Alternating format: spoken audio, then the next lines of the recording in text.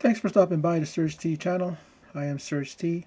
In this video, I will be doing my recap on the long-awaited return of The Walking Dead Season 11. And the last 8 episodes are, you can see the title there right underneath Walking Dead. It says the last episodes. And that's kind of sad to think that Walking Dead is coming to an end. I mean, there are people who are saying that it couldn't have come soon enough. People are hating on The Walking Dead, saying that it lost its step, lost its way too many seasons ago. I don't agree. There are moments where seasons were kind of slow or lagging, or something like that. But I've never not been entertained by The Walking Dead, and it's sad to see it go. There's going to be some spin-offs and all that, but are they going to be the same? Is it going to be the same? We'll have to see. Wait and see. But let's get into the video. This is my recap, and let's get it going. Okay, I'm not gonna make this long. I'm just gonna give my thoughts, quick thoughts, about episode 17 entitled "Lockdown" for The Walking Dead, season 11. These are the last episodes. There are 8 altogether. You know that on the AMC Plus app, you get these episodes a week in advance. Of course, we have Lockdown, and then we have the other episode that's up now as well. This episode was enjoyable. You know, the whole thing in this episode is about planning to get out of there, but they have to take care of sticky situations, of an annoying thorn in their that craw and there's what do you call that, that you just have that thorn in their side, and that's Lance Hornsby. you know they need to get to him, they need to take him out, they need to make ensure that he's not going to hurt the families of Daryl and Maggie and Jerry and the others, right? Even with Negan, who along with Annie, they got a baby coming.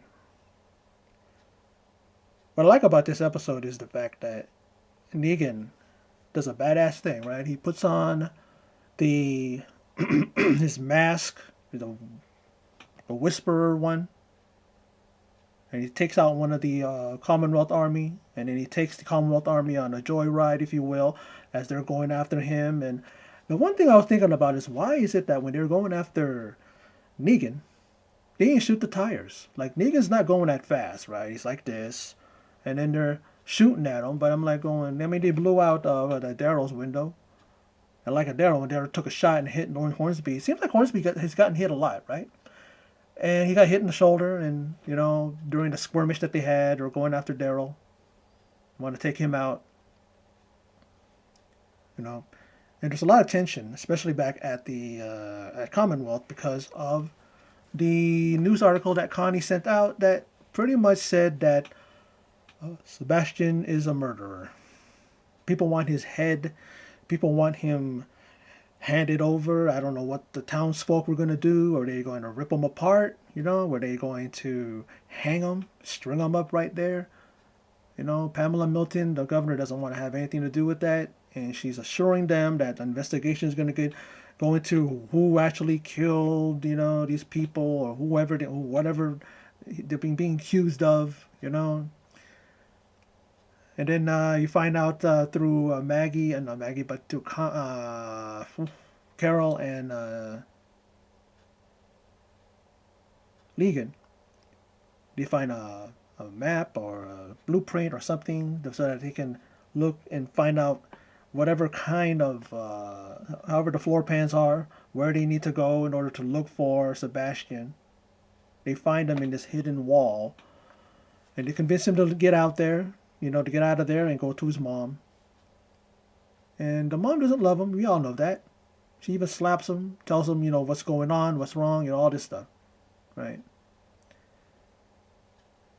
Someone noticed it. Someone noticed, you know, what do you call it? Sebastian, as he was being sneaked away towards the Milton's, house there, or mansion, whatever you want to call it.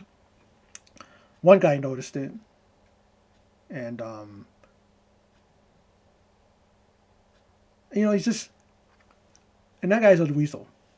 It's one of the things where I hope he dies because it's just the guy is just useless. He doesn't have no kind of filter. He calls anybody whatever he wants to call them, asshole. He was even saying that to what do you call it, to Negan and Carol.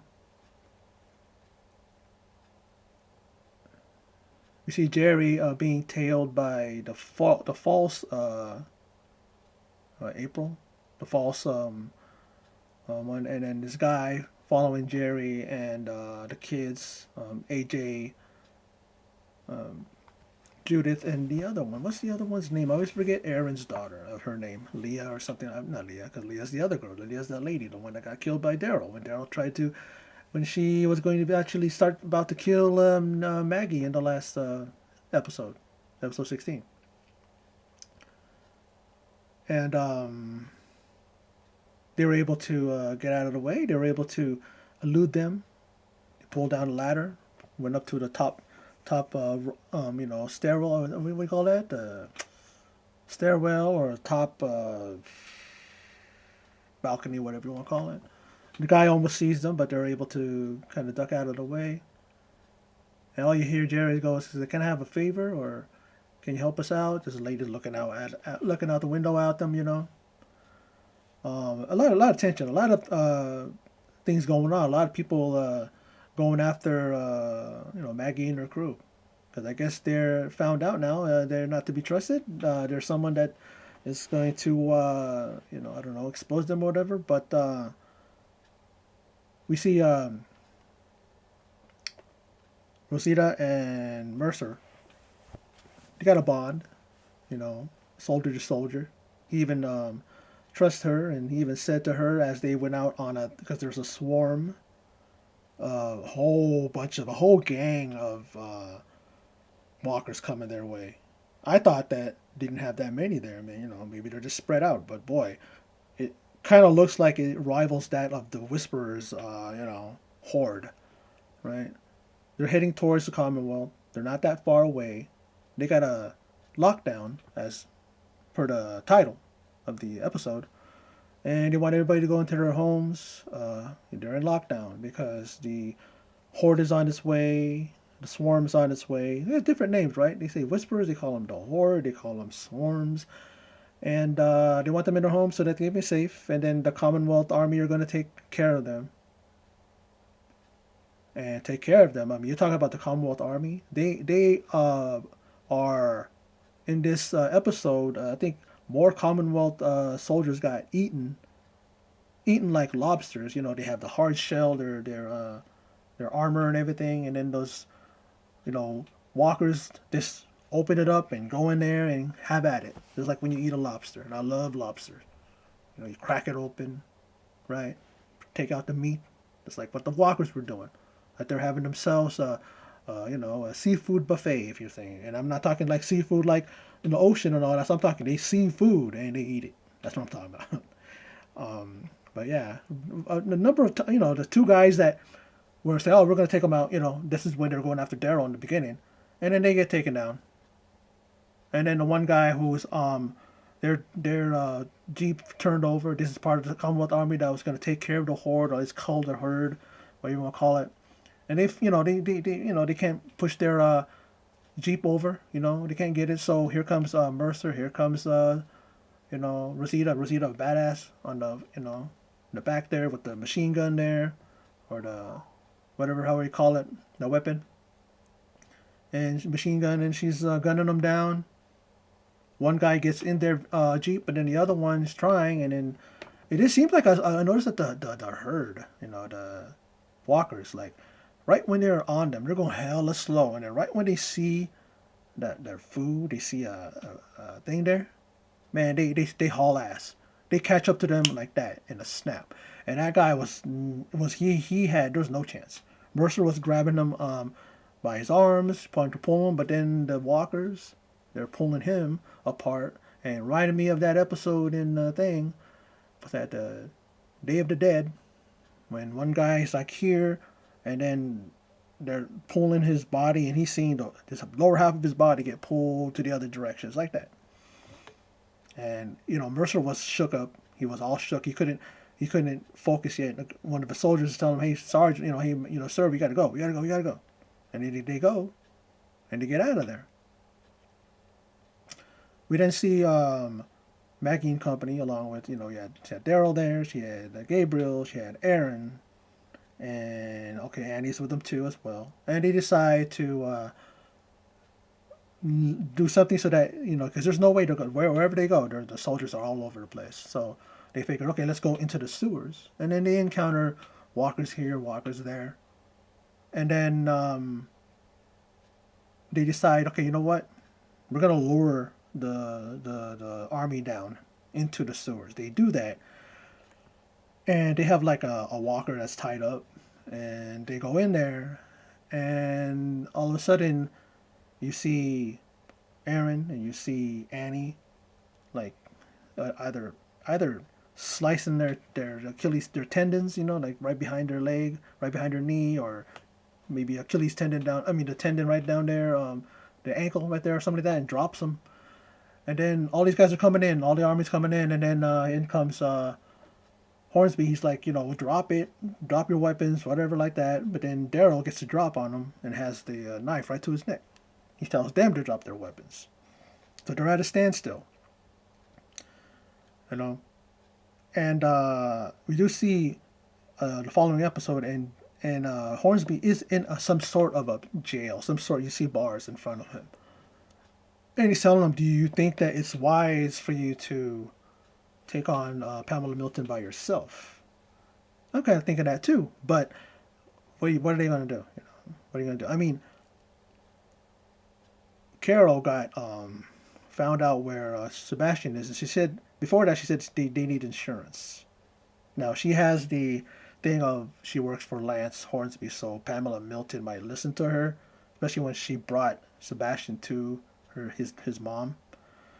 And I don't know what the plan is with that, but they're gonna probably try to talk to him, try to get them to to boom, to help facilitate their leaving the thing. Maybe they want to talk it over, but I don't know.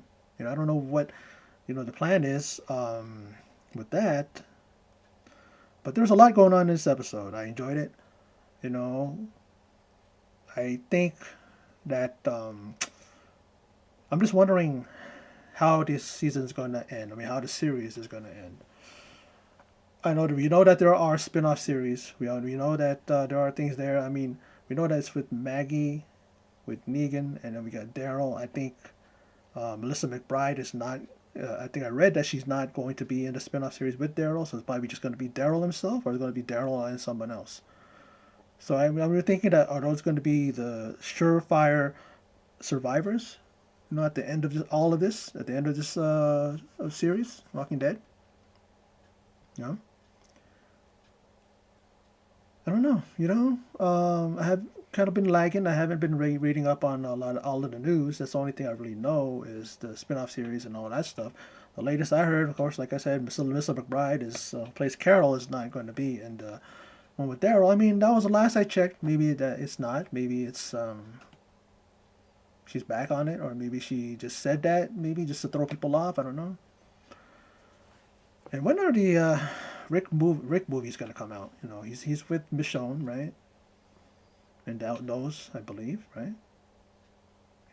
Jadis is in that one too, right? She's the one that saved, well, not saved, but she got, she picked up by a helicopter, a wounded and supposedly dead, I was about to say Andrew Lincoln. That's his character. That's his name. That's a real guy.